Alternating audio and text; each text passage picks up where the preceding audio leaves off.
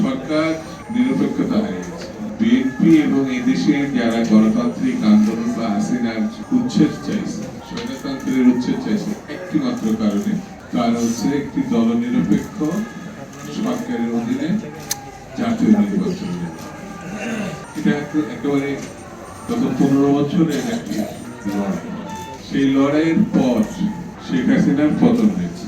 কার জন্য পতন হয়েছে, কারা করেছে, এই আলোচনা আমি যাচ্ছি। হাসিনার পতন মানে স্বৈরতন্ত্রের পতন, কথা তো মিথ্যা না। আমার মতো কি আপনারাও কি ক্ষুধার চোটে আওয়াজ দিতে বলে গেছে? এটা আজকে সভাপতিকে জানতে হবে যে ক্ষুধা কখন লাগে, কখন মিটিং শেষ করে সভাপতি আজকে না হলে বলে আর মিটিং আসার দরকার নেই। আমি যখন আপনার জিজ্ঞাসা করছি কথা যখন বলতে পারছে না, আপনাদের দোষ না। ক্ষুধার চোটে কি কথা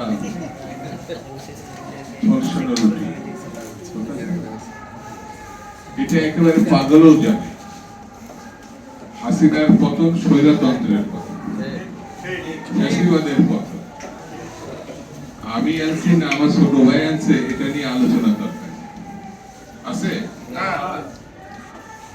তাহলে পরে গণতন্ত্র বিজয় লাভ, গণতন্ত্র বিজয় লাভ করলে এটার উত্তরণ মানে নির্বাচন।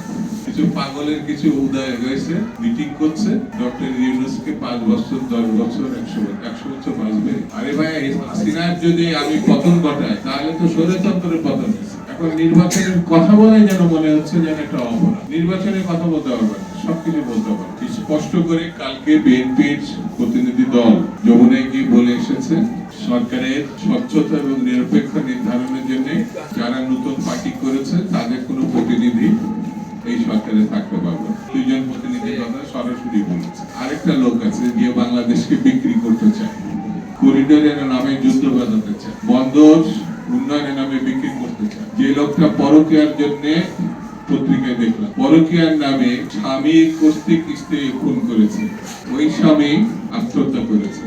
তার কারণ ছিল এই উপদেশ খলিলুর রহমান, সে বিদেশে পালাইছে 30 বছর আগে। তাকে লতিফুর রহমানের ভাইরা, সাবেক প্রধান উপদেষ্টা লতিফুর রহমান তার ভাই, তাকে এনে আপনি দেশ বিক্রির আয়োজন করবেন, তাকেও পদত্যাগের বহিষ্কার করার কথা। মিনিমাম তাহলে একটা স্বচ্ছতা।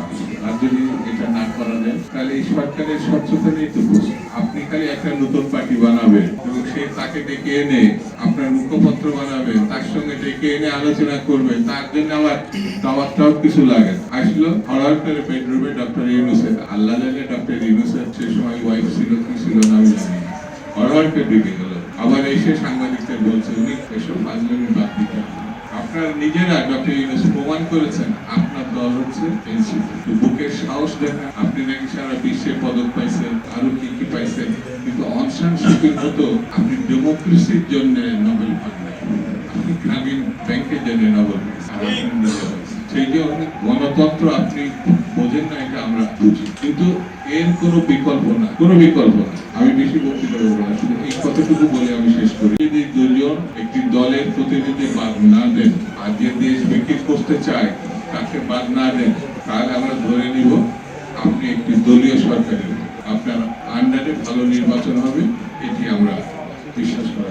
এই জন্য স্বচ্ছতার জন্য, গ্রহণযোগ্যতার জন্য নির্বাচন খুব জরুরি। এই নির্বাচনের কোনো বিকল্প, এই নির্বাচন পারলে যত দ্রুত সম্ভব রোডম্যাপ ঘোষণা করে সন্দেহ বিশ্বাস দূর করে, জাতীয় ঐক্য সৃষ্টি করে, আর না হলে পরে দেশ কোথায় গিয়ে দাঁড়াবে তার দায় আপনি এড়াতে পারবেন। তার দায় পুরোটাই আপনাকে কাঁধে নিতে